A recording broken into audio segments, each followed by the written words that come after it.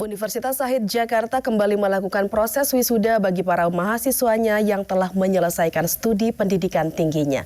Sebanyak 301 wisudawan dilepas dari berbagai program studi, mulai program diploma hingga doktoral. Berikut ini liputan selengkapnya.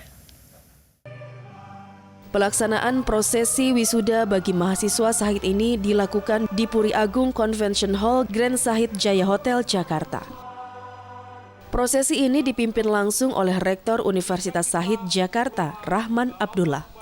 Upacara wisuda yang merupakan peristiwa puncak suatu proses pembelajaran peserta didik ini sekaligus laporan kegiatan akademik rektor dalam melaksanakan kegiatan-kegiatan akademik di Universitas Shahid Jakarta. Dalam melaksanakan proses pembelajaran, usahain patuh dan taat asas sesuai dengan ketentuan aturan yang ditetapkan Kementerian Riset Teknologi dan Pendidikan Tinggi dan Buppertis Wilayah 3, sehingga pada saat ini usahain menjadi PTS yang sehat dalam tata kelola dan memiliki legalitas yang baik. Kementerian Riset Teknologi dan Pendidikan Tinggi telah menetapkan usahain pada peringkat ke-85 dari 3.320 perguruan tinggi di Indonesia. Wisuda kali ini mengangkat tema aktualisasi kompetensi dan integritas menghadapi persaingan global.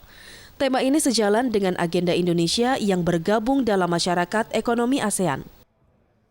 Relevansi dengan tema ini adalah ASEAN Economic Community, dalam bahasa Inggris disingkat AEC, atau yang akrab kita kenal dengan masyarakat ekonomi ASEAN, dalam bahasa Indonesia MEA. Telah diberlakukan pada akhir tahun 2015, diharapkan dengan momen ini, sumber daya manusia Indonesia mampu menggunakan peluang besar ini dengan sebaik-baiknya dan mampu menghadapi segala tantangan yang ada agar dapat bersaing dengan negara-negara di kawasan Asia Tenggara lainnya.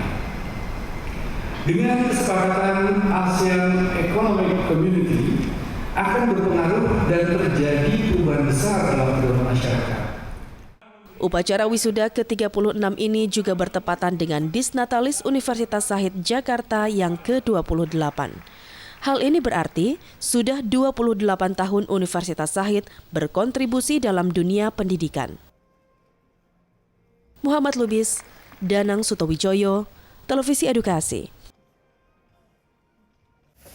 Direktur Jenderal Pembelajaran dan Kemahasiswaan Kemenristek Dikti Intan Ahmad mengatakan fungsi pendidikan tinggi abad 21 berbeda dengan fungsi pendidikan tinggi pada abad pertengahan. Pendidikan tinggi kini berfungsi lebih dari sekedar meningkatkan kesejahteraan. Direktur Jenderal Pembelajaran dan Kemahasiswaan Kemenristek Dikti Intan Ahmad mengatakan fungsi pendidikan tinggi abad 21 berbeda dengan fungsi pendidikan tinggi pada abad pertengahan. Hal ini disampaikannya dalam acara prosesi wisuda di Universitas Shahid Jakarta. Pendidikan tinggi abad 21 tidak lagi merupakan pendidikan yang dirancang untuk meningkatkan kesejahteraan perorangan dan memenuhi kebutuhan masyarakat akan permasalahan yang ada sehari-hari. Tetapi lebih dari itu, pendidikan tinggi pada masa kini adalah wahana untuk menciptakan ilmu pengetahuan dan teknologi serta berperan penting bagi kemajuan kesejahteraan dan sosial ekonomi suatu bangsa. Bila kita melihat sejarah, hal ini jelas berbeda dengan masa lalu. Karena kira-kira perguruan tinggi yang kita kenal sekarang ini sudah dimulai sejak lebih 1000 tahun yang lalu, atau pada abad pertengahan. Pada waktu itu, universitas didirikan bukan secara khusus sebagai tempat untuk mencari ilmu pengetahuan atau knowledge creation, pendidikan liberal ataupun penelitian yang kita kenal selama ini. Jadi pada waktu itu bukan untuk menciptakan ilmu, bukan untuk penelitian atau pendidikan lain.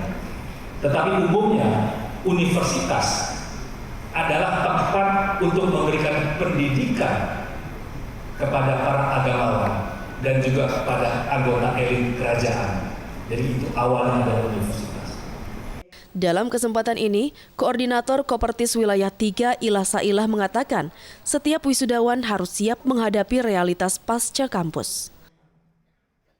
Yang sudah berprestasi saat ini yang sudah mengaktualisasikan diri dengan IPK dan durasi waktu yang tepat waktu, mari kita terapkan pada saat bekerja. Soft skills kita harus kita kembangkan yang saat ini mungkin hanya 10% Anda dapatkan dari perguruan tinggi. Tetapi nanti di pekerjaan, prestasi Anda akan diukur 80% dari soft skills-nya dan 20% dari hard skills. Muhammad Lubis, Danang Sutowijoyo, Televisi Edukasi.